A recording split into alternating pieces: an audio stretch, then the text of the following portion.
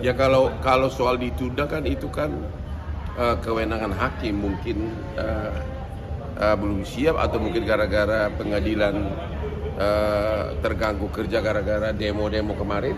Ya saya nggak tahu alasannya kenapa. Kan banyak demo, banyak kantor yang tutup selama 2-3 hari ini, ya kan? Ngomong-ngomong demo, tadi juga banyak banget nih dari musisi jalanan ikutan demo juga untuk dukung Rasman.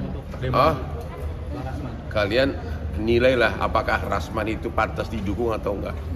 Kalian aja menilai deh, apakah seorang Rasman pantas didukung, ya? Dari kelakuan, dari mulutnya, dari tampangnya juga pantas nggak didukung. Udah itu aja deh. Anda tafsirkan sendiri, ya. Dia udah terdakwa, dan dia sering banget dipecat oleh kliennya.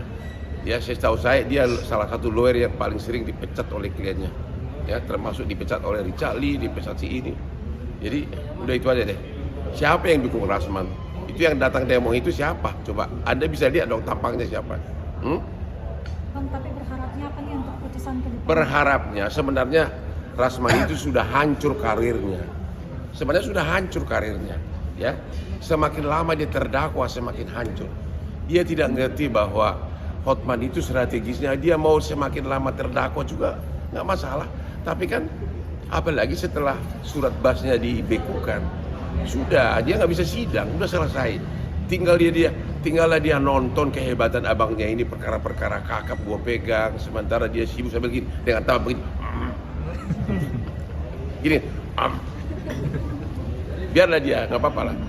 Rasman itu bukan level gua. Saya udah dokter hukum, sudah pengacara di Australia, dia masih baru lulus tahun 2000 berapa itu. Udahlah. Karena saya gua nggak tertarik ngomongin itu orang, ya.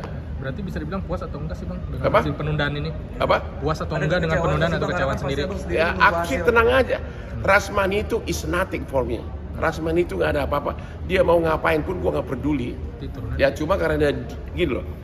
Kalau dalam perkara pencemaran nama baik undang-undang ITE, yang dilihat bukan soal substansinya, tapi fitnah orang sementara proses pengadilan belum ada.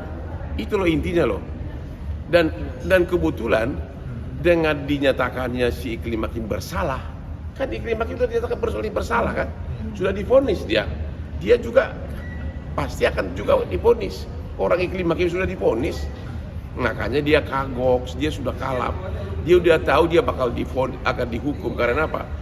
Yang ringannya aja Iklim Hakim sudah divonis, soal hukumannya berapa lama itu hal lain.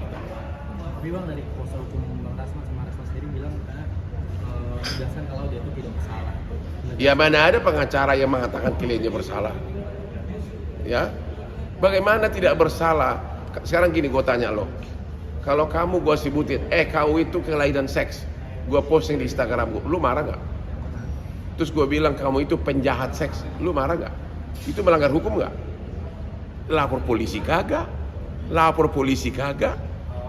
somasi kagak, apapun nggak ada apa-apa gitu, langsung aja diposting di Instagram. Karena apa?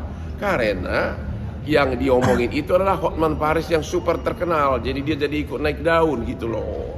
Dia itu nebeng sama gue, nebeng, tapi dia berharap mungkin aspri gue kan terlalu banyak, siapa tahu dia kenalan gitu loh. Bang, tadi Bang Rasman ini bilang kalau awal itu selalu bawa nama Prabowo. Saya nggak pernah bawa nama Prabowo. Lihat, malah Prabowo itu klien gua 25 tahun. Saya nggak pernah bawa-bawa. Saya udah bilang sama Pak Prabowo, kasih gua jabatan 3 menteri, gua pasti nolak. Uang gaji menteri cuma 50 juta, aku bisa dapat 1 jam 50 juta. Semua konglomerat gue yang pegang. Saya udah 43 tahun jadi pengacara, hampir semua perusahaan naga itu gue yang pegang. Saya pengacaranya. Waktu zaman Krismon hampir semua, termasuk perusahaannya Prabowo, Hasim, adiknya, semua gua. Itu benar-benar sebagai pengacara, bukan ada maksud lain. Jadi memang benar-benar kualitas.